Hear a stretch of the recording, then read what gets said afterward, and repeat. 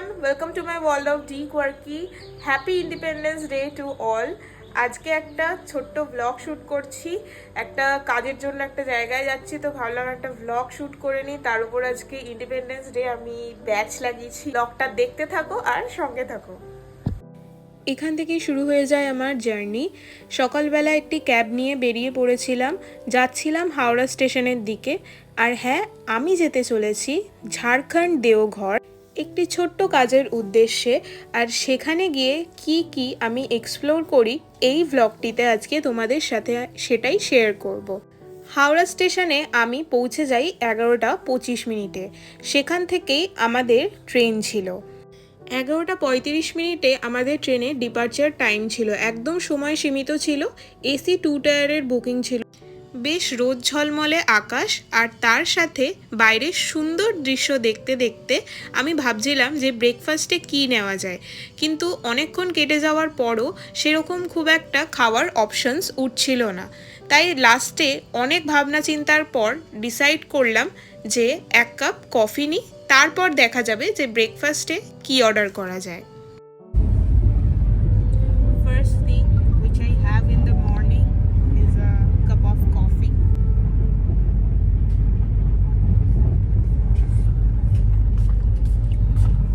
Very refreshing.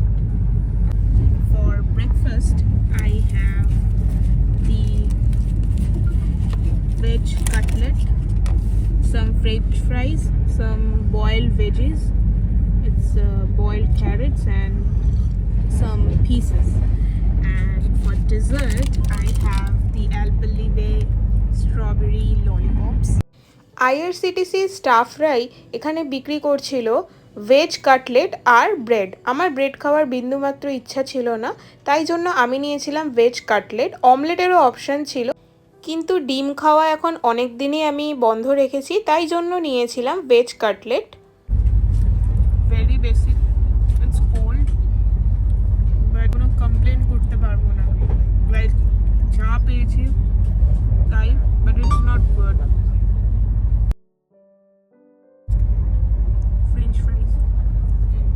French ফ্রাইসটাও basic ছিল আর কাটলেটের দাম নিয়েছিল 60 টাকা। বর্ধমানে ট্রেন 10 মিনিটের জন্য দাঁড়িয়েছিল, সেখান থেকে নিয়েছিলাম ঝালমুড়ি, যেটা ট্রেনে উঠে খাওয়াটা মাস্ট। আর কাটলেট আমি পুরোটা খেতে পারিনি, সেদ্ধ কড়াইশুঁটি আর কাটলেট দিয়ে লাস্টে আমি এই ঝালমুড়িগুলিকে খাই, কারণ খাবার নষ্ট করা আমার একদম পছন্দের না। আর ঝালমুড়ির সাথে খেতে বেশ ভালো লাগে। সকালবেলা ঝালমুড়ি আর কাটলেট এই কম্বিনেশনটা আমি লাইফে প্রথমবারের জন্য ট্রাই করেছিলাম, কিন্তু খুব ভালো লেগেছিল। যাত্রাটা খুব একটা লম্বা ছিল না, 4 থেকে 5 ঘন্টার মধ্যেই আমরা পৌঁছে গেছিলাম ডেস্টিনেশনে। কিন্তু আমি আকাশ দেখতে দেখতে হারিয়ে গেছিলাম, কারণ সেদিন আকাশটা অসাধারণ ছিল। বাইরে এত সুন্দর রোদ ঝলমলে আকাশ আর তার সাথে পরিবেশের সুন্দর দৃশ্য, সব কিছু মিলিয়ে অসাধারণ লাগছিল। তাই জন্য ট্রেন জার্নি করতে আমার বেশ ভালোই লাগে।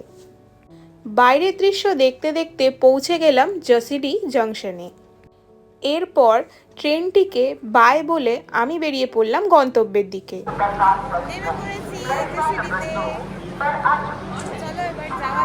জাসিডিতে নেমে আমি এক গাল হাসি হেসে দিয়ে তারপর দেখতে পেলাম আমাদের ইন্ডিয়ার ফ্ল্যাগ, এত সুন্দর লাগছিল।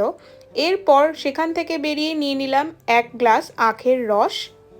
এই কড়া রোদ্দুরে এই আখের রসটিকে অমৃত মনে হচ্ছিল। আর পার্সোনালি আখের রস খেতে আমার বেশ ভালোই লাগে। আখের রস দিয়ে গলা ভেজানোর পর স্টেশন থেকে কিছুটা দূর এগিয়ে এসে পেয়ে গেলাম অটো। শেয়ারে নেওয়া হয়েছিল অটোটা, আর সেখান থেকে নামিয়ে দিল আমাদের একটি বাজারের দিকে। সেখান থেকে অরুণ আইসক্রিম দেখতে পেলাম। আমার অরুণ আইসক্রিমের নতুন নতুন ফ্লেভার্স ট্রাই করতে খুব ভালো লাগে, তো প্রথমেই এই ছোট্ট পুচকি আইসক্রিমটা নিয়েছিলাম, যেটা 5 টাকা নিয়েছিল। আর এখানে নিয়েছিলাম বাটারস্কচ আর চকলেটের কম্বিনেশনে একটি আইসক্রিম, যেটির দাম ছিল 25 টাকা। এরপর হোটেলে চেক ইন করলাম। গিরিজা সানরাইজে আমি স্টে করেছিলাম।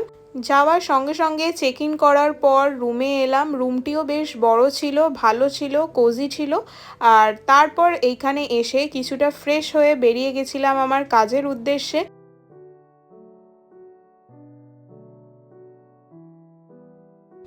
এরপর সময় ছিল লাঞ্চের। যেই হোটেলে স্টে করেছিলাম সেই হোটেলের নিচেই ছিল রেস্টুরেন্ট, তো সেখানে গিয়ে একটি লাইম সোডা অর্ডার করেছিলাম প্রথমে। তারপর সেখানে মেনু কার্ড থেকে ডিসাইড করলাম যে ভেজ বিরিয়ানি খাবো, বিকজ অনেক দিন হয়ে গেছিলো আমি বিরিয়ানি খাইনি। তাই এখানকার বিরিয়ানি কেমন হয় সেটাই ট্রাই করার ছিল। এক প্লেট স্যালাড আর একটা ভেজ বিরিয়ানি অর্ডার করেছিলাম, আর তার সাথে রায়তাটা কমপ্লিমেন্টারি দিয়েছিল। যাই হোক, বিরিয়ানির টেস্ট মোটামুটি ছিল, মানে আমরা কলকাতা বিরিয়ানির সাথে, স্পেশালি আমি কলকাতা বিরিয়ানির সাথে খুব অবসেসড, বাট ভালো ছিল, খারাপ ছিল না। এরপর একটি চিলি পনির অর্ডার করেছিলাম উইথ সেমি গ্রেভি, যেটার সাথে বিরিয়ানিটা কম্বাইন করে খেতে বেশ ভালো লাগছিল।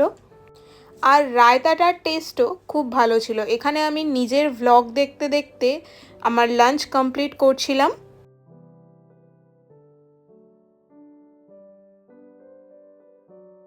এরপর রুমেই বানিয়েছিলাম হচ্ছে ব্ল্যাক কফি। টি এর অপশানও ছিল, কিন্তু আমি যেহেতু কফি লাভার তো কফি সেখানে খেয়েছিলাম। আর হ্যাঁ, খেয়েছিলাম যেহেতু বাঙালি।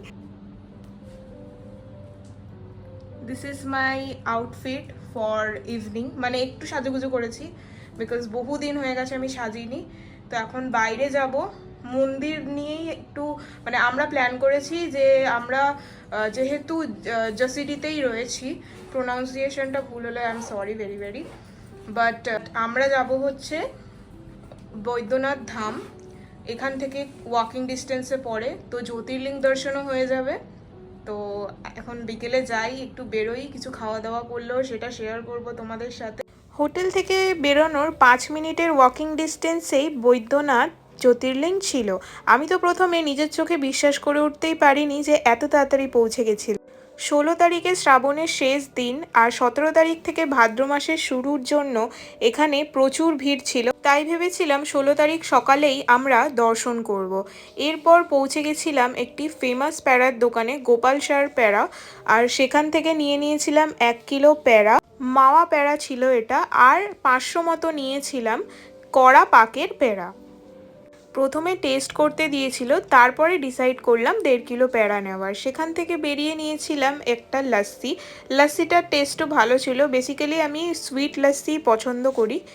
এরপর ওই যেখানে আমরা স্টে করেছি সেইখানে রেস্টুরেন্ট থেকেই একটা আবার লাইম সোডা অর্ডার করেছি।